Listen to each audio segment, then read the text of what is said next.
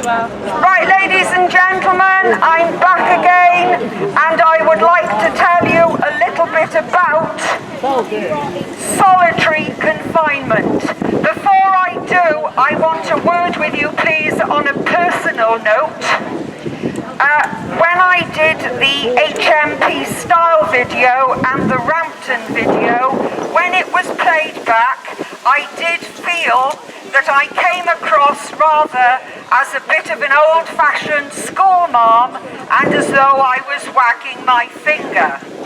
And the strange thing is, although I've never been a teacher, my aunt was a teacher. She was the original old-fashioned schoolmarm. She taught English Lit and English Lang for 40 years in a girls' secondary school, and for the last 5 years of her career, she was the head teacher of a girls' Catholic grammar school. So I'm afraid if anyone can feel a little bit of finger wagging and do as you're told and sit up straight, I'm afraid that's where it comes from. It's all down to genes. Right, everybody please, the gentleman holding up the placard, please would he keep quiet so that I can give you a talk about solitary confinement. Now, solitary confinement is actually an American export. It was conceived and born in America in 1829. And the Quakers, who were a very strict religious order, they had a hand in it because, you see, the Quakers believed that solitary confinement might actually do people good. And they felt that if criminals were put in a room on their own for long periods, they could contemplate God, the Bible, and their crimes. And that ought to bring about a state of penitence. In other words, being sorry for their crimes. And the Americans call their prisons penitentiaries, and that's where the word penitentiary comes from, to be penitent or sorry for your crimes. Now, originally, they had to ban solitary confinement for the mentally ill because far from doing them good, they found that mentally ill prisoners simply attacked people, took hostages, got involved in prison riots, and they murdered people. So that was quickly banned. Now, at the same time as that was going on in this country, we were in Victorian England. And Charles Dickens obviously was writing about the horrors and the poverty and the misery of Victorian England and the Industrial Revolution. And Charles Dickens was invited to go on a tour of America, and he was actually shown around the Pennsylvania Penitentiary in 1842. And I couldn't possibly read you much of what he wrote about, what he saw there, because frankly it was so depressing. But he did say that where solitary confinement was concerned, the quote is that he felt the daily tampering of the mysteries of the brain to be immeasurably worse than any physical torture. So there we are. And those, if there are any elderly ladies here or older ladies like me, you may remember in the secondary school reading novels by Monica Dickens. Monica Dickens wrote 67 novels in all. They were about life in the 30s, 40s, 50s. She died in 1991. I combed through the fly leaves, desperately looking for something on solitary confinement, torture, prison. I didn't find a sausage. I was very disappointed. Monica Dickens was a very different type of novelist from Charles Dickens, and of course she was his great-granddaughter. Now, if you come up to modern times, there is such a thing as the European Commission for Human Rights.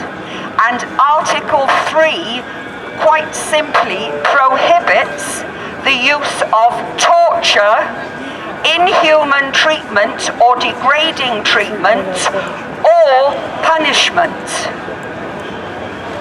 Now, at this point, I want to read you, please, a letter. It's distressing for me. It's a letter that Melanie wrote when she was in Newhall Prison in Wakefield, that's in Yorkshire. She wrote it to Brian Gerrish at the UK column, and I'll read it out. And what I'm going to do afterwards is compare that with what happened years and years ago, and some of you are going to have a bit of a surprise. She starts, "Hello Brian, I hope you are well." That's a very, very old-fashioned way to start a letter. That's the way we were made to start letters when we were children. "I'm in a mess here. I've been kept in a locked cell for 4 weeks, 24/7. I'm sorry this is quite disgusting, but I did say I can't sugarcoat things. I am not allowed toilet paper, yes, toilet paper, or able to wash my hair. My Tourette's syndrome are back." That's nervous symptoms. "Brian, please can you help me? I don't even know if you will get this letter. Please. I've got nothing to do, no smokes or anything." And of course by smokes she means vaping. "It hurts me that I am being treated in such a disgusting way. I don't know who's authorized it or why. I'm not strong. I've let myself down alone here in this cell. The odd staff utter a few words at you. At least in Foston Hall, that was the prison, they would speak to me and treat me decently. I've no mental health support here, nothing. I'm just locked permanently in a cell like a Romanian circus bear. They want me to suffer and to have cabin fever." And I'm afraid the next bit she writes, she was always batting on a sticky wicket because he was never going to take any notice of her. She says, "Please contact Chris Leslie on a certain number, as he has a signed form of authority to share info on my case." And then she says, "Brian, please thank the listeners for their letters." That's the listeners to the UK column news. "I have stamps and paper but no envelopes. And if a stamp is stuck to a self-addressed envelope, I will be given it and I can write back. I don't need or want money. All I want is to talk to people by letter." And there's something else. Some of you may smirk at this, but others may find it really quite disgusting because it has sinister implications.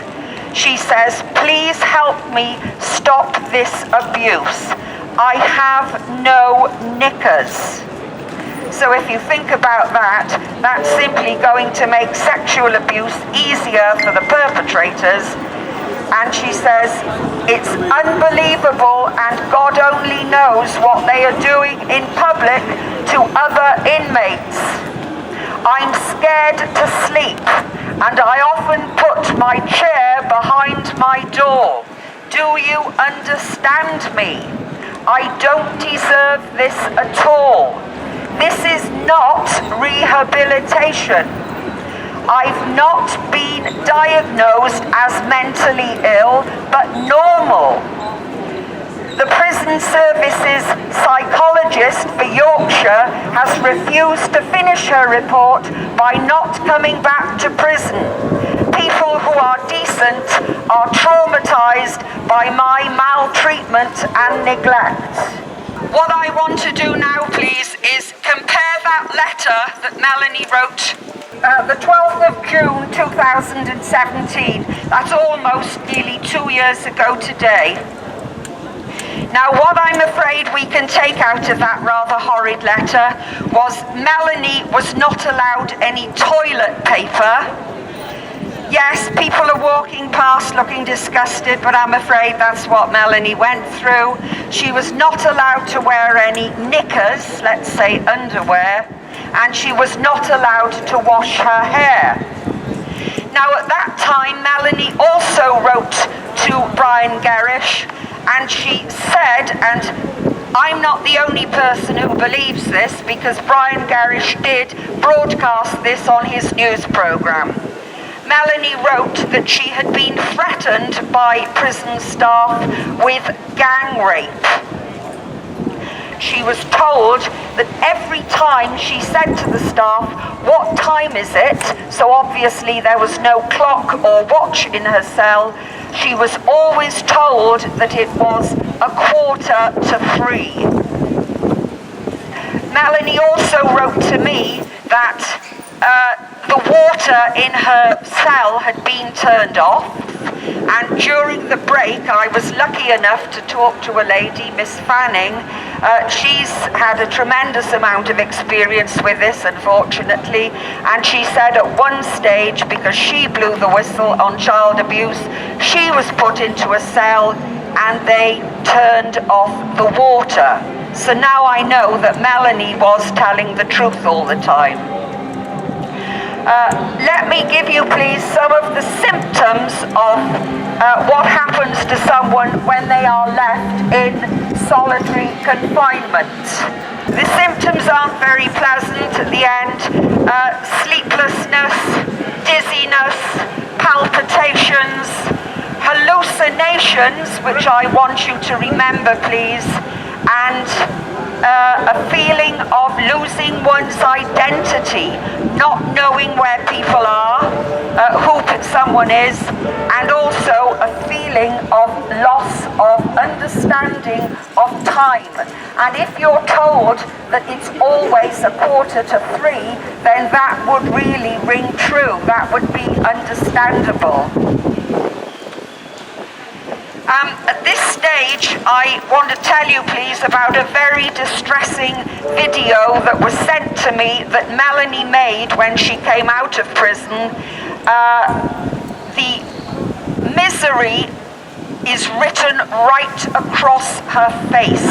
It was a very, very upsetting piece to camera, and in the middle of the talk to camera, you can hear a man very quietly saying to Melanie, "Mel, calm down," because she was becoming very, very upset and very, very agitated. She did mention Derek, the love of her life, and she said yes, she was with him for 13 years and she loved him very much. Then she mentioned Peterborough. Melanie was held in solitary confinement in Peterborough for 5 months, and Melanie admitted that after a while she started to hear voices in her head. So that tells you that solitary confinement brings on mental illness. And as soon as Melanie was taken out of solitary and put in the company of other women prisoners and staff, the voices in her head finally disappeared. At this stage, I want to come up to present day. And I want to tell you about a meeting that was held about 10 days ago by some high-ups in this country. Now, the names may mean nothing to some of you. Some of the names meant nothing to me. But my goodness, they have a tremendous amount of very inflated and pompous titles. There is such a thing as the European Commission for Human Rights. And the 4 people held a high-level meeting. These people were on the European Council for Anti-Torture, the Anti-Torture Committee. They were David Gauke, who, if you didn't know, was your Lord Chancellor and Secretary of State for Justice. ha, ha. There was also Robert Buckland, who wants to be known as Bob. Robert Buckland is the Secretary of State for Prisons. He took over from Rory Stewart, and the less I say about Rory Stewart in public is probably for the best, because he is such a cruel man that I probably will have to leave it for another time. There was also an Edward Auger, and Edward Auger had the wonderful title of Parliamentary Under-Secretary for State for Human Rights. Then those people invited other people to come to their little committee. Now, the names mean nothing, but just think about the titles. There was Jo Farrer, presumably a woman, J-O. She is the Chief Executive for Her Majesty's Prisons. There is Phil Coppell. Do you notice these people don't want to be known by their full names? They want to be pally and down at your level, and they want to shorten their names to try and be familiar and friendly.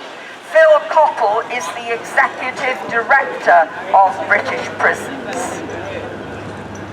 Then there was a Lord Wolfe. I don't know quite what he was doing there, but he was there. I'm surprised they didn't ask Mr. Luke Sergeant, who is one of my old sparring partners, and he is the Director of Women's Prisons. And they could have invited Mr. Steve Pace.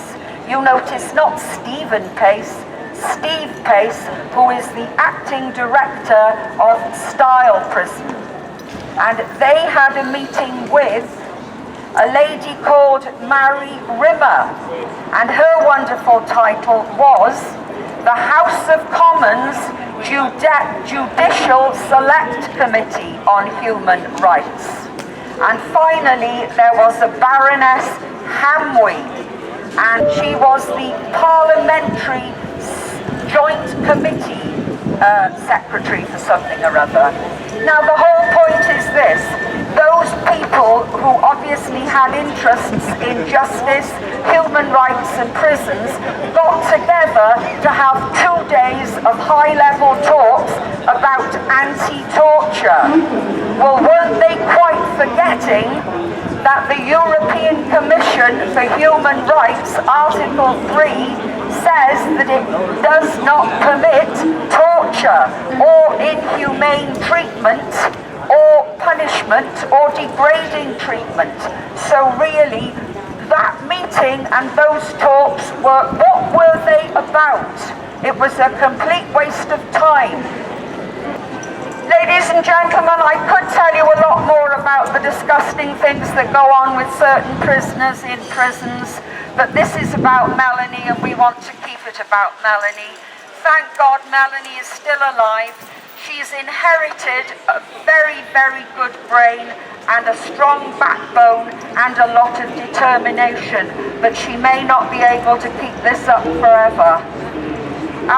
I do hope that the people I've mentioned, Rory Stewart, David Gork, Robert Buckland, all those people, Theresa May, if you see me in the street, please walk the other way. Because where justice and wrongdoing, injustice and wrongdoing is concerned, you people look the other way. And I will finish by saying that some people insist, if you can't do the time, don't do the crime. And I do go along with that. But I will ask you, what crime did Melanie Shaw commit? Melanie Shaw committed no crime except to tell people what she witnessed and experienced at Beechwood Children's Home in 1986. And I will say thank you everyone for listening. Thanks for turning up. And I